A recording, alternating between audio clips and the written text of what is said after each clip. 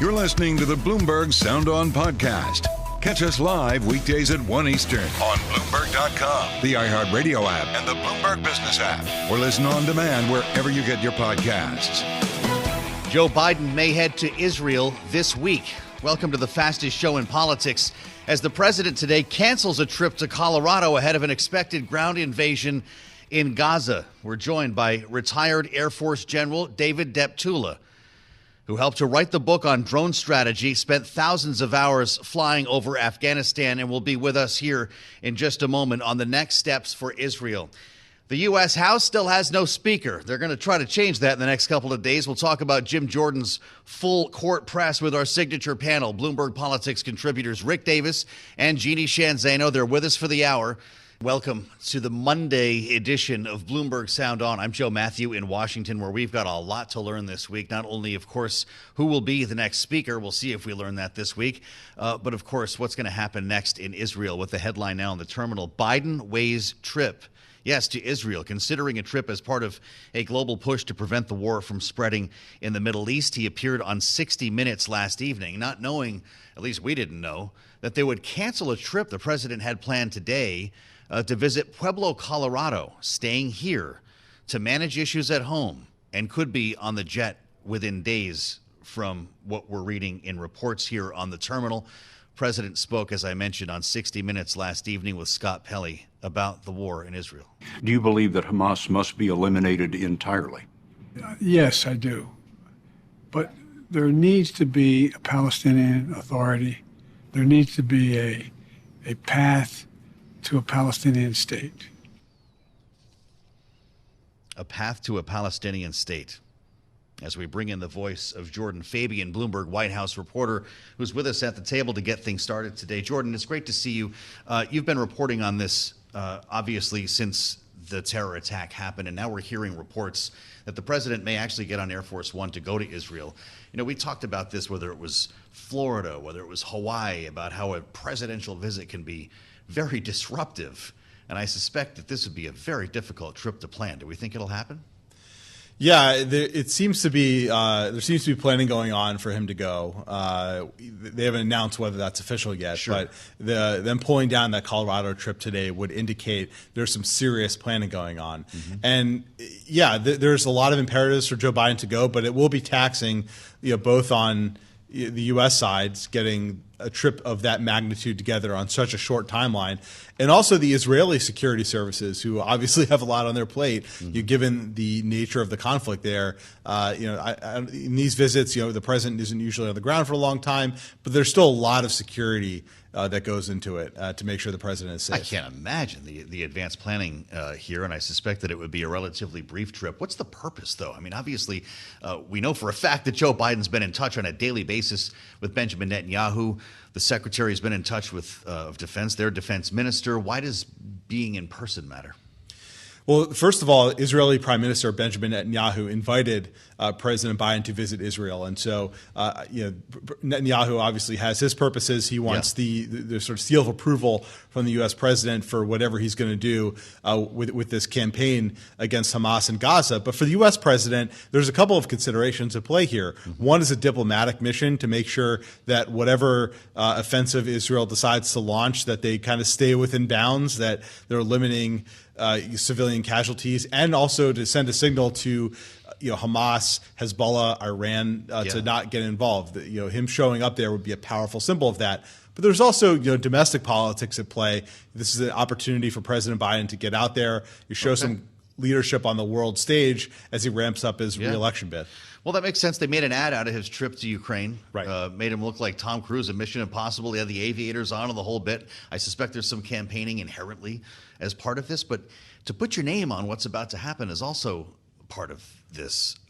Jordan, listen to the president from last evening on 60 Minutes when he was asked about protecting civilians and some of the carnage that could follow an invasion, a ground invasion of Gaza. I'm confident that Israel is going to act under the rules of war. There's a standards that democratic institutions and countries go by. And so I'm confident that there's going to be an ability for the innocents in Gaza to be able to have access to medicine and food and water. He talked about Israel's right to defend itself, but this is something he's going to have to deal with. The optics are not going to be great. Obviously, any ground invasion in Gaza is going to be extremely difficult, will come with heavy casualties, and he will have been there, potentially moments earlier. Yeah, listen, if he goes and then Israel the day after, launches a ground invasion and inflicts a large number of civilian casualties, that will be a problem for Joe Biden. But part of the reason he's going is, again, to maybe discourage them from doing that, or at least put some guardrails on. Like he said, let's follow the rules of war. Let's make sure to limit civilian casualties. Let's target Hamas military, political structure, but let's leave the innocent people who are not a part of this to let go. And again, Israel is relying on U.S. Equipment here, and so there's the implied tension there that, hey, if this goes off the rails, maybe down the road, you're not getting as much ammunition as you asked for. Well, I think that's pretty smart. You consider the message that could be delivered, a message of restraint in person, that could play well for the president politically if it came to bear, but we'll have to find out, of course. Jordan, Fabian, great reporting, and thank you as always. Bloomberg White House reporter. I'm sure as soon as Jordan knows about any potential trip to Israel, you'll see a headline on the terminal within seconds here. As we bring in the voice of the general, I've been looking forward to this as long as I have known that Lieutenant General David Deptula would be with us, U.S. Air Force retired, a man who was instrumental not only in the ground war over Afghanistan, but in positioning the Air Force to make use of drones to the extent that we're seeing now in Israel and also in Ukraine. General Deptula, welcome back to Bloomberg. It's great to see you, sir. This is going to be a very difficult mission for Israel, which is why we've seen repeated airstrikes in Gaza. In fact, the terminal now reporting here at Bloomberg that there are as many as 1,200 people, Palestinians, under rubble right now in Gaza. How much more of this will we see before ground troops roll in? Well, Joe, a couple of points right up front, and I hate to get too complex too quick, but war's a complex endeavor. And when speaking about war in this particular conflict, one's got to define the objectives that are being pursued at three different levels. That's strategic, operational, and tactical. And tactics are what generally garner the most attention. But in reality, you can only put tactics in context if you understand the higher order military objectives. So, we can start with the fact that Israel's stated strategic objective is to eliminate Hamas's military capability. And what I would tell you is that at the strategic level involves kind of five major elements as they relate to Hamas. First is the leadership, then there are essential systems and processes, there's the Hamas infrastructure, their personnel, and then their weapon systems. So each one of those elements, or centers of gravity, if you will be decomposed into operational level target sets. And that's what the Israelis are in the process of doing if they haven't already done or have planned for many years. And so there are a variety of examples of that: command and control facilities, communications, under essential systems and processes, there's electricity, money, food, and so on and so forth. So then these are broken down into specific targets. And here's where now we get into the tactical level detail. And because of the extensive use of tunnels to hide and conduct operations, and their entrances and exits being inside buildings, ground operations are a near certainty that is going to draw Israel into the ground, on the ground, to be able to find, locate, and destroy these facilities. So, that's a broad brush overview of what the Israeli military is facing right now. Understood. To what extent, then, can Israel continue to seek advantage from the air? Obviously, Hamas does not have an air force. And it's not just fighter jets. I look to you as someone who brought forth the largest increase in drone operations in Air Force history. The job that we'll see over the next couple of days will be very important. I think, if I'm understanding you correctly, to what happens and what shape a ground invasion takes. Right. And you raise an extraordinarily important point. And at this point in time, remotely piloted aircraft, unmanned aerial vehicles, drones, whatever you want to call them, have become an integral part of any operation. At the operational level, the Israeli Defense Forces are truly taking an integrated approach of air, land, sea information and cyber elements, of which drones will provide, and let me put it this way, they'll play an extraordinarily important role. I mean, one of their values is that they can provide 24/7 observation of what's going on, in addition to carrying weapons to be able to rapidly respond to any aggressive use of force or movement by Hamas's forces. So they are completely integral to the operations. And you heard earlier of some of the concerns with respect to weather. Well, quite frankly, that's because they want to have the ability to use drones to watch what's going on, observe movements, help in targeting, as well as the application of force themselves. Mm-hmm. You were director of the Combined Air Operations Center for Operation Enduring Freedom over Afghanistan. And our listeners should know you were also a principal attack planner for Operation Desert Storm's air campaign. And with someone who has over 400 air combat hours, what can you tell us about the challenges that Israel is facing now, fighting an army, if you will, with no uniforms? It's, of course, not an organized army, interspersed with civilians in this densely populated area. You've actually experienced conditions like this, General.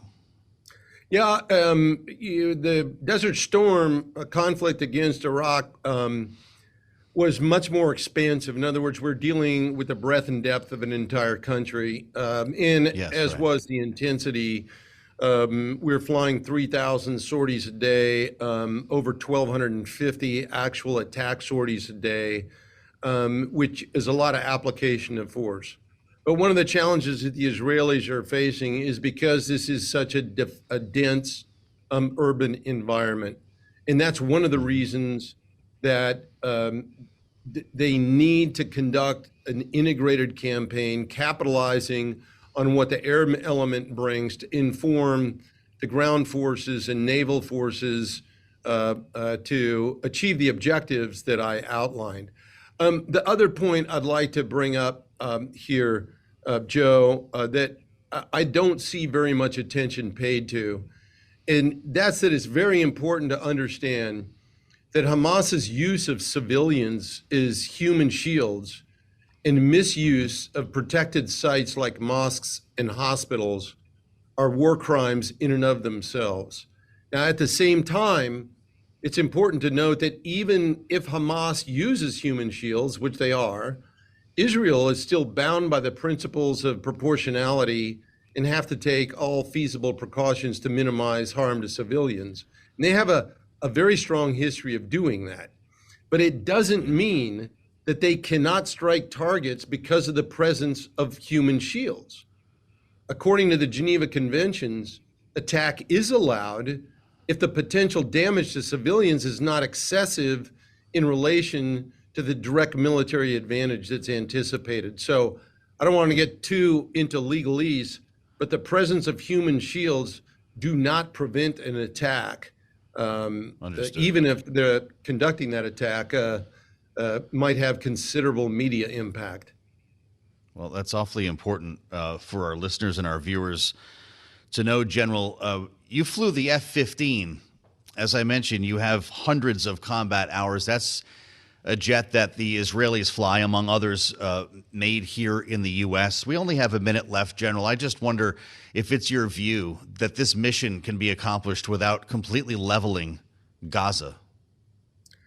Yeah, I think, it's an extraordinarily challenging endeavor that the Israelis are embarking upon.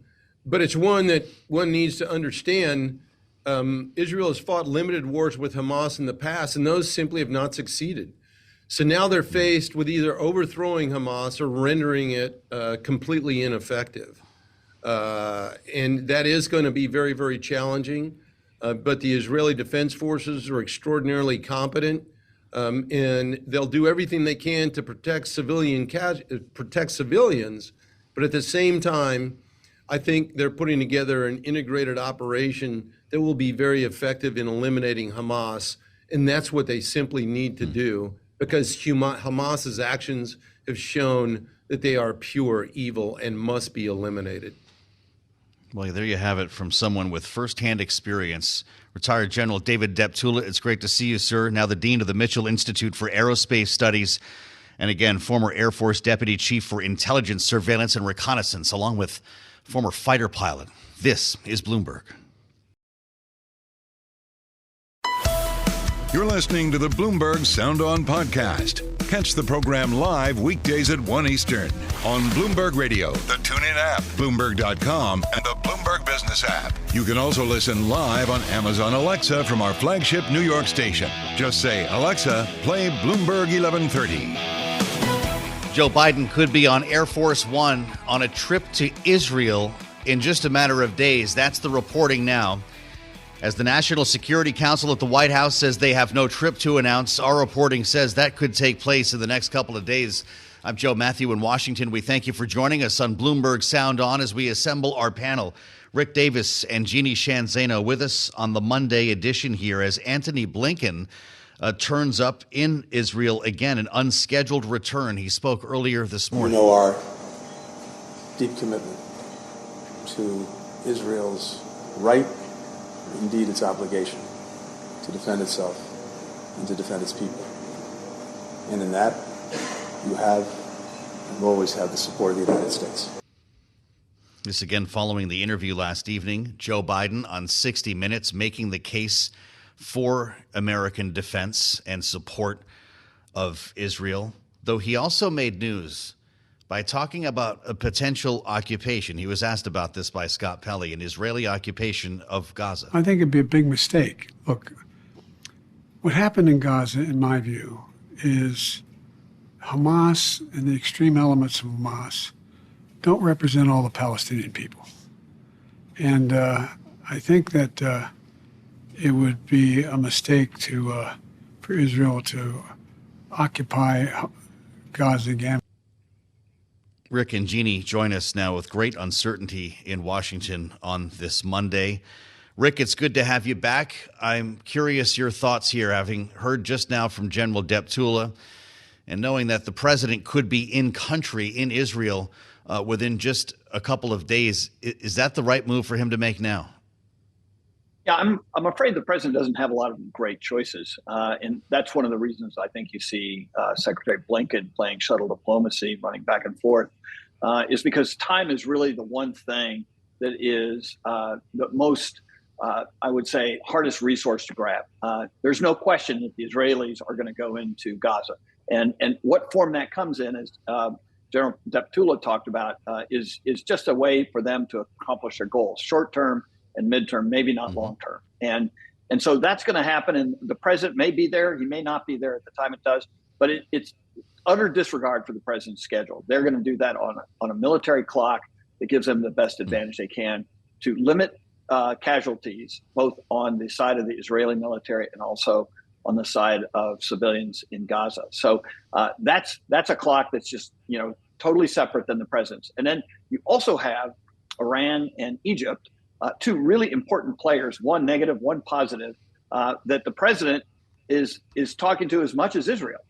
And he's giving a warning to the Iranians by going there, that if they want to broaden this conflict, they're going to have to deal with the United States, and trying to give some kind of a bridge to the Egyptians, who play an incredibly important role in getting aid into Gaza to offset some of the humanitarian problems. So this is a really high priority, and it's only the president of the United States who can actually effectuate change that's positive in this regard.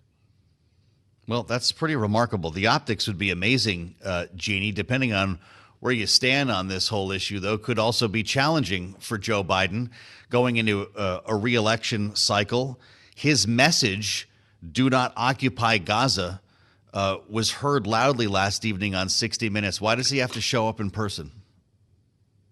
He doesn't have to, but I think he is going to try, provided that they can maintain his security. And as, of course, the timing of when they go in with boots on the ground into Gaza, it is a difficult security challenge, number one. But I do think if he's able to securely go over there, he will and should. That said, I was struck by his tone on 60 Minutes last night. The president has given full-throated support to Israel. He maintains that. And by the same token, we heard him walking this very, very fine line last night and saying things like, everybody knows that all Palestinians don't support Hamas extremism. And, the reality is we don't know if Israel knows that. We don't know where he is getting that kind of data. There's not public opinion polling, for instance, going on, nor should there be. So he is reflecting what we are hearing increasingly. We saw the New York Times op-ed saying Israel can defend itself and uphold its values. We saw former Obama administration officials come out. And I was struck by an ADL official just yesterday saying that he's concerned that as Israel moves forward, world opinion will turn against it. And that's a concern not only for Israel, but for Joe Biden and the United States as well. So I think the president is very clearly making the case that while he has full-throated support for Israel, he's deeply concerned about the civilians, and Israel should be very careful not to get in a quagmire in the West Bank, in Gaza, like they were prior to 2005. So it is very difficult argument for him to make at a very challenging time as he's facing a re-election bid. Gaza's health ministry, Rick, says at least 1,200 Palestinians have been trapped under rubble from Israeli airstrikes into Gaza. Those are the types of headlines that could challenge the president on a trip like this, no? No question. This is going to be a very difficult PR environment. As Jeanne says, the president has got this dual track where not only does he have to be commander-in-chief and president of the United States, but he's got to run for election. And so this is not without its risk politically. That being said, he has some repair work to be done on commander-in-chief. There's no question he took a hit when the U.S. withdrew from Afghanistan and his leadership was questioned because of the chaos. So if this can somehow help repair that image, it's probably a gamble worth taking. That being said, as you point out, Joe, there are a lot of casualties with civilians in Gaza. That's only going to mount. And as Jeanne said, that could put additional pressure on the Israelis. But all of this is predicated on Israeli getting the necessary accomplishments of their tasks, their priorities in Gaza. And I thought General Deptula did an excellent job of articulating what their military objectives would be. This is becoming an issue on the Republican campaign trail.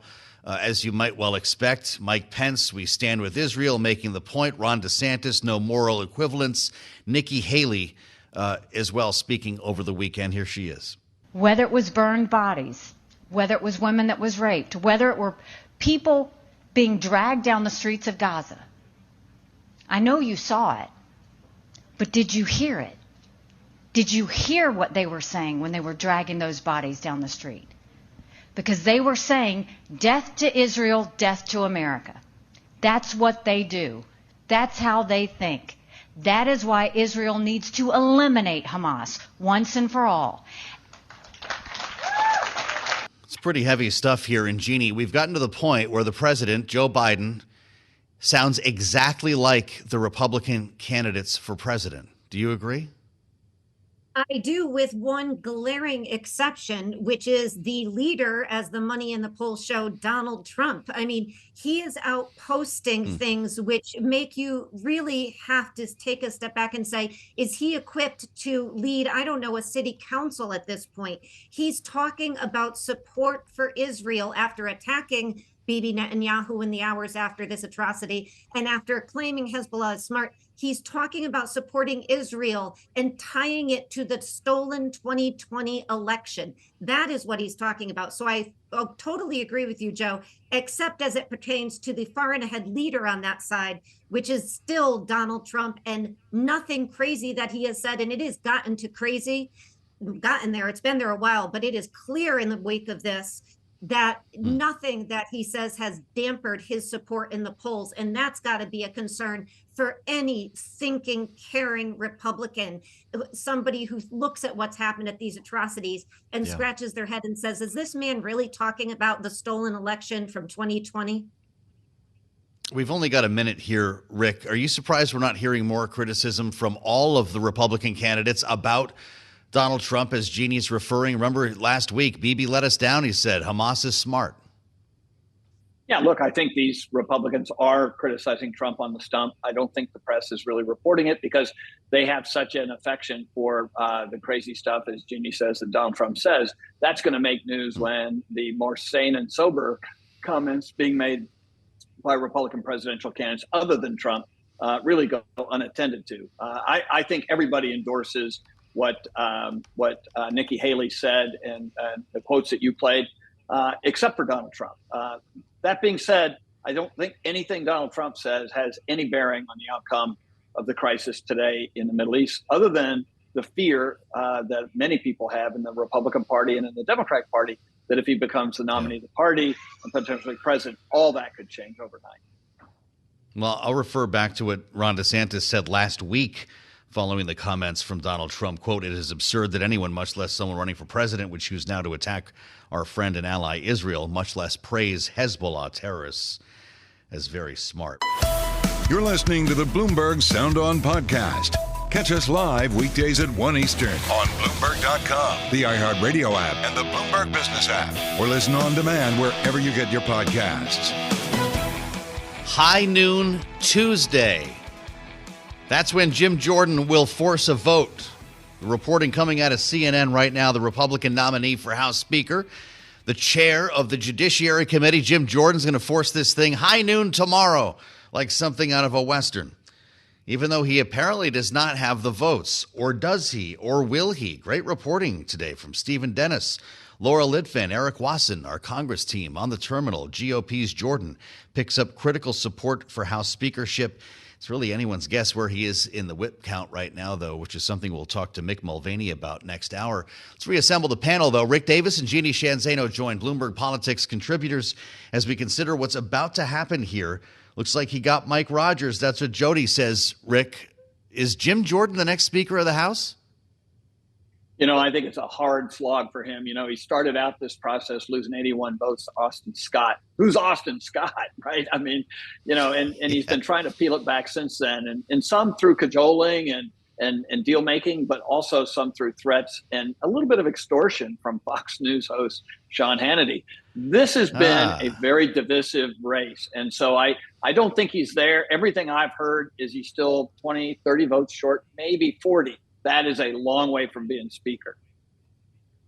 Yeah, what do you make of Sean Hannity? I believe it was one of his producers sending letters to those who are on the fence, Jeanne, to find out why they may not support Jim Jordan. It's a pretty interesting tactic from a Fox News host.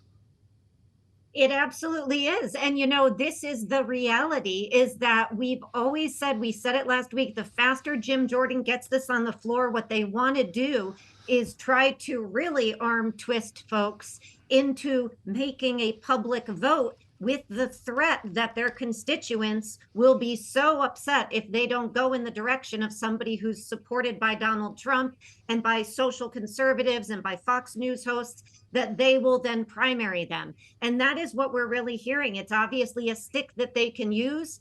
And, you know, so we'll see if that is successful. Another big get looks to be Ann Wagner. She was firmly opposed. Now some reporting says she is in Jim Jordan's camp now. So that is a big get for him as well. We keep hearing, to Rick's point, you know, between maybe a dozen to 20, maybe more or less, are still strongly opposed. But it was 55 on Friday when they left for the weekend. So he's got a long way to go.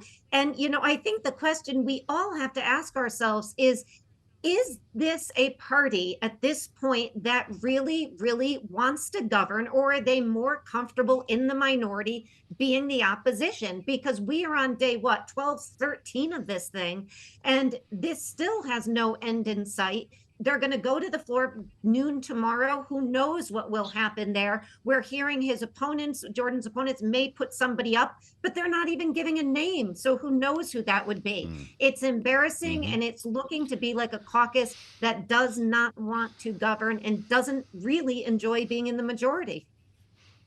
I'm really taken by this letter or this email from Sean Hannity's producer here. Rick, you mentioned it. Axios got their hands on this. Stephanie from Hannity's show, Fox News, it says, sources tell Hannity Representative fill in the blank is not supporting Jim Jordan for Speaker. Can you please let me know if this is accurate? It then goes on to say, if true, Hannity would like to know why during a war breaking out between Israel and Hamas, with the war in Ukraine, with wide open borders, with a budget unfinished, why would Rep fill in the blank be against Rep Jim Jordan for Speaker? I'm not even halfway through this thing, and there's a deadline to reply on it. I think, my gosh, I've been clearly underusing Matt Shirley and the other bookers and producers here, Rick. Is this a new tactic that we should get used to? Yeah, Joe, you should be lobbying for the next Speaker of the House. You should pick a couple of bills you like and start warning these guys that there'll be a wrath from the Bloomberg radio show Sound On if they don't pull their weight. Look, this is like intrusion into the public domain. I think that they need to be registered as lobbyists if they're going to be lobbying the House of Representatives. And by the way, I think it actually backfired. Everybody I heard from this weekend who'd gotten or seen that letter were very upset that he is getting himself in the middle of this race. So, be careful what you ask for. You may just get it. And that's I'm sure Jordan is scratching his head going, who called Hannity? Why is he doing this? Yeah, wow. I don't know. By the way, our booker, Matt Shirley Genie, says he's too busy. So I guess that's not going to start anytime soon. But so what do you make of forcing the vote at noon tomorrow? Is that not a fool's errand after 15 rounds with Kevin McCarthy? Yeah, Matt is much busier than those bookers at Fox for sure. And, I don't actually think it's a fool's errand. If you are Jim Jordan, this is your path to the speakership. You don't have another path. You have to get this public. You have to make people take a vote, and you have to threaten that if they don't vote for you, they're going to be primaried. What we are seeing is a wholesale change in the way we do American politics. I mean, it's not that long ago that this was, something where party leadership would really have the power. Now that power is being outsourced to people who can get their name in the media, social and traditional, vis-a-vis people like bookers and producers on shows that their constituents watch. That's a change. And to Rick's point, maybe these folks need to now have to register as lobbyists for the U.S. Congress if this is where we're headed. Wow. Actually, well, that might actually work for a couple producers. Here's Bill Huizenga. The Republican spoke with us on Friday, right when they learned they were all going home for the weekend. Jim Jordan has some work he's got to do. He's got to get in front of those people who are objecting about it. Personally, I had put in an amendment to our conference rules that would have required us to reach 217 before we go to the floor. And that's the weird part here, Rick. What do you make of this, going to the floor without actually knowing what's going to happen? Is that a strategy at noon tomorrow? Well, I've got whiplash. I don't know about you, Joe, but Jim Jordan's starts out saying, oh, no, I'm not going to run for speaker. Oh, well, I'll consider it. Depends on what the caucus wants. And then it's like, I'll run for speaker, but only if the caucus gives you 217 before we get out. And then that changed again to put me on the floor tomorrow and force everybody to vote one way or another. I mean, I'm sorry. I'm exhausted. My back hurts. My neck is twisted.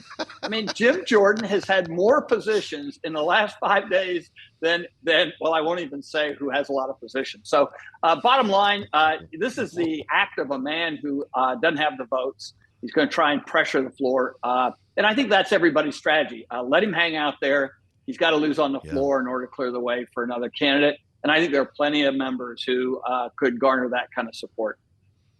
Wow. Not a very hopeful Rick Davis. You're listening to the Bloomberg Sound On podcast. Catch the program live weekdays at 1 Eastern on Bloomberg Radio, the TuneIn app, Bloomberg.com, and the Bloomberg Business app. You can also listen live on Amazon Alexa from our flagship New York station. Just say, Alexa, play Bloomberg 1130.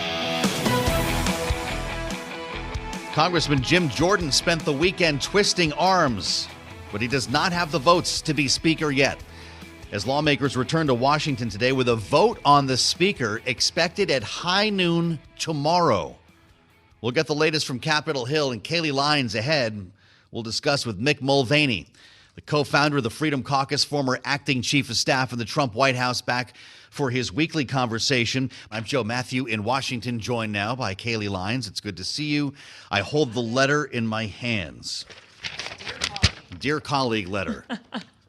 Not a dear John, a dear colleague. Mm-hmm. Jim Jordan's stationery. It's very lengthy, you know. I feel like this could be a pretty tight pitch considering everything that we've heard. Five paragraphs? Yeah. It refers to the principles that unite us as Republicans, the role of Speaker, bringing all Republicans together, no measure of what we can achieve for the American people. This is the same Jim Jordan who told us that he did not want to run for Speaker, right? Yes, that would be correct. That was 2 weeks ago about? And what a difference 2 weeks Can you imagine that was 2 weeks ago? Now he's essentially forcing a vote. This is kind of a big development here. He told CNN he's forcing a vote at high noon tomorrow. So we're going to find out pretty quick how many votes he's got. Yeah, and it seems like he has more at least secured than he had on Friday when more than 50 Republicans voted by secret ballot. Mm-hmm. And said they would not support him for Speaker. And yet he's picked up some pretty key individuals just in the last 24 hours. Mm-hmm. Mike Rogers, Ann Wagner, Ken Calvert. Mm-hmm. All of these names seem like they may be building some momentum for him, but really it is going to come down to the math here. Mm-hmm. Is it enough to get the gavel? When we spoke with Bill Huizenga on Friday, this was right after they had all learned they were going home for the weekend. Mm-hmm. He didn't have his flight book yet. He did not love. But remember this idea of having this figured out before you go to the floor. Right. A cloture vote, if you will. Mm-hmm. A nominating vote that would mirror the number of votes needed to actually do this on the floor. That never happened. Huizenga thinks it should have. Jim Jordan has some work he's got to do. He's got to get in front of those people who are objecting about it. Personally, I had put in an amendment to our conference rules that would have required us to reach 217 before we go to the floor. That is sort of maybe the spirit of this in many ways. That isn't a formal rule, but guess what? We're not going to have any help from the Democrats, and not that we were necessarily expecting any. But we have got to come together as the Republicans to find 217 votes. 217. Magic but we number. kept hearing all last week that no one can get to 217. Yes. That may still be the case, by the way. And we will find out more come tomorrow afternoon, Joe. You think Mick Mulvaney would go to the floor if he were nominated Speaker without knowing he had the votes? I don't know. Should we ask Mick? Because I could see both sides here. I think Mick kind of lives on the edge a little bit. I think that he could actually be the one to go for it. But I also feel like he might be smarter than that and want something to count on. Mick, why not make that adjustment, that rule change, so you know that when C-SPAN turns the lights on, this is going to look good for Republicans? Yeah. I'm trying to figure out the comment about how I'm too smart to do it. So that means if I go to the floor, I'd be doing something stupid. So maybe I shouldn't say I would do that. I think the dynamic, there's a bunch of different Is it a strategy, though, Mick? Right. Yeah, the strategy, it is a strategy, and it's not a bad strategy. It's a real gutsy kind of strategy. Essentially what it says is, look, if I'm nominated, and I have no interest in the job, so I'm just using this to make it simple. If you're nominated and you don't have the votes in private, but you think that some people might not have the guts to vote against you on the floor, then you go to the floor. And if you got Donald Trump on your side threatening to primary those folks, maybe that pushes you to go to the floor a little bit.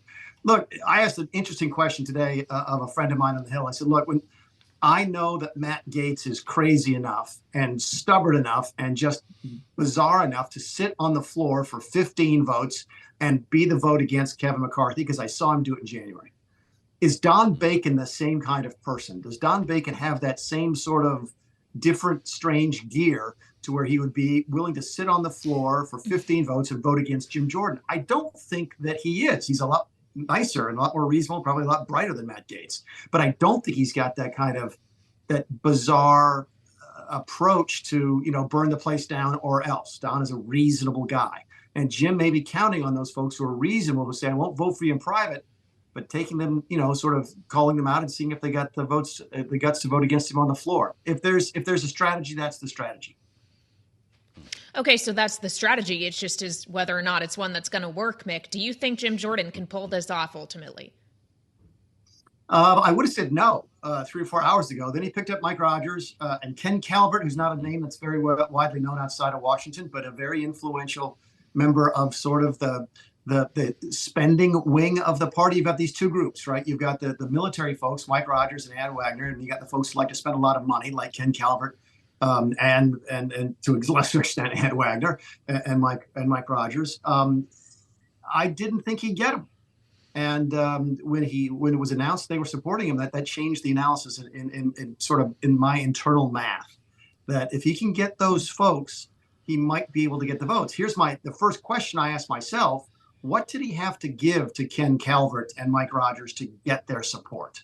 And is that the type of giveaway that then turns off some of the folks on the far right, for whom Jim is not nearly conservative enough? I'm going back to the Matt Gaetz anarchist wing of the party. So I honestly, no one knows. And it's just different than it was 3 or 4 hours ago. 3 or 4 hours ago, I said he does not have the votes, not going to get the votes. It looks like he might have made some progress here and might be moving in the direction of getting 217. Jim Jordan better than just about anyone, I would say. Mick, you founded the Freedom Caucus with him. You certainly know him as a lawmaker. You know him as an individual. There have been some tough questions about his past over the past couple of days. They were all aired out on Sunday morning television.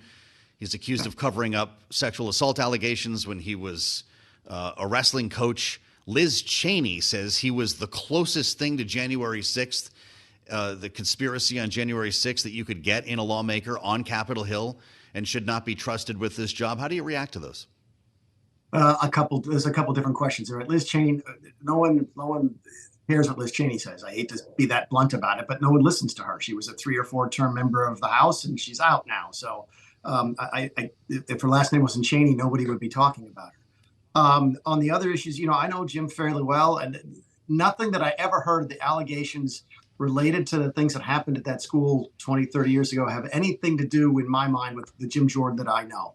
And I also know this, is that politicians of both parties know that it's really easy to make allegations against sitting members of Congress. And we usually don't pay attention to those sorts of allegations because people make them all the time until they rise to the level of criminal investigations, ethics charges, that kind of stuff. And I don't think that ever happened with Jim. So all I know is I know him. I remember this topic coming up, 5 years ago, and immediately dismissing it in my own mind. And I think it went away fairly quickly. So I'm not concerned there's anything there.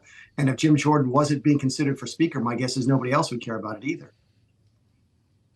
Okay, so that's on that subject. But Mick, returning to the subject of January 6th, this isn't something that only Liz Cheney talks about. You yourself have been very outspoken against your former boss, former President Donald Trump, because of the events on January 6th. And if Jim Jordan was close to that, if he was one of those denying the results of the 2020 election and trying to stop that process, why would you feel any differently about him?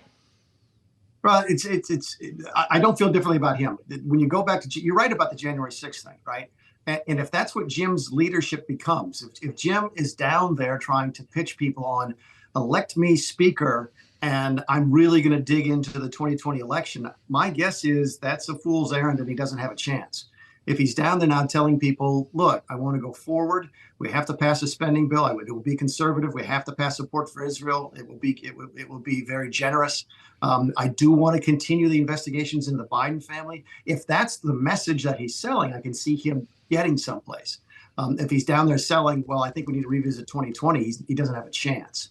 So I'm not sure if that answers your question or not, but the reason I mentioned Liz Cheney is, again, that she is not voting. She doesn't really know a lot of the folks within the conservative wing of the party. So it's very strange that her name keeps popping. I saw her name pop up on Drudge Report, and my immediate reaction was why. But maybe the people say the same thing about me.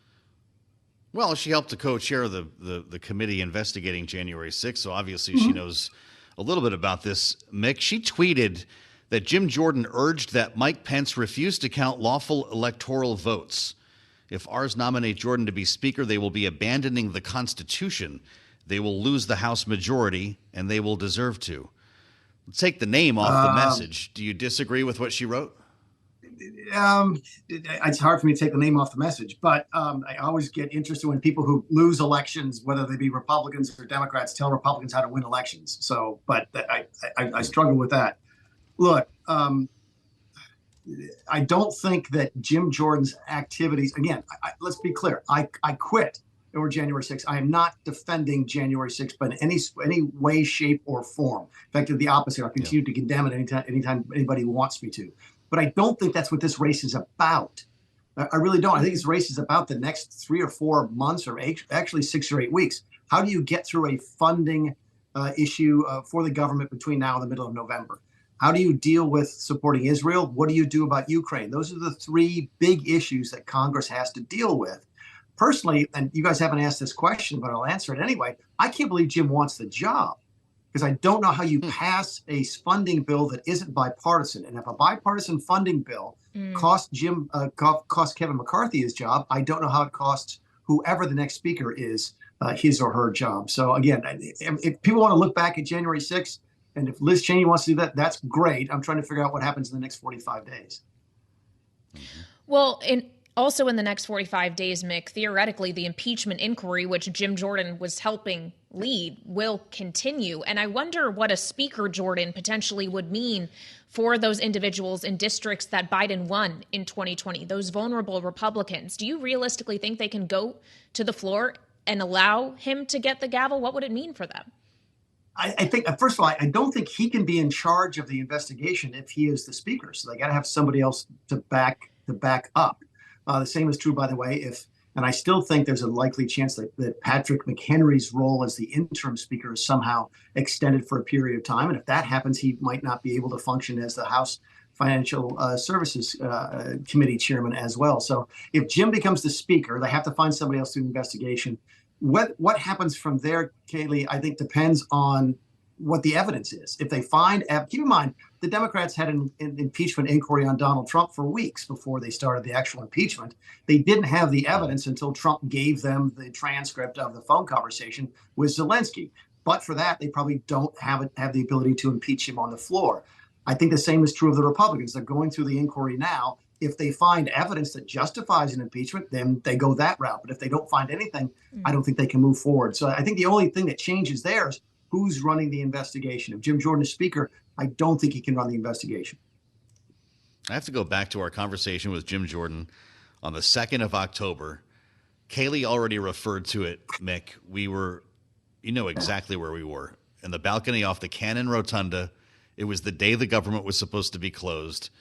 And this all came up again with who wants to be speaker. Here he is. But I do not support that. I think Kevin McCarthy's done a good job. I mean, we told the American people that we would, pass legislation to get rid of the 87,000 IRS agents. We told the American people we'd pass the Parental Bill of Rights. We did that. We told the American people we would pass legislation to deal with the energy problem. We told the American people we would pass the toughest border security immigration enforcement legislation in history, and we did that.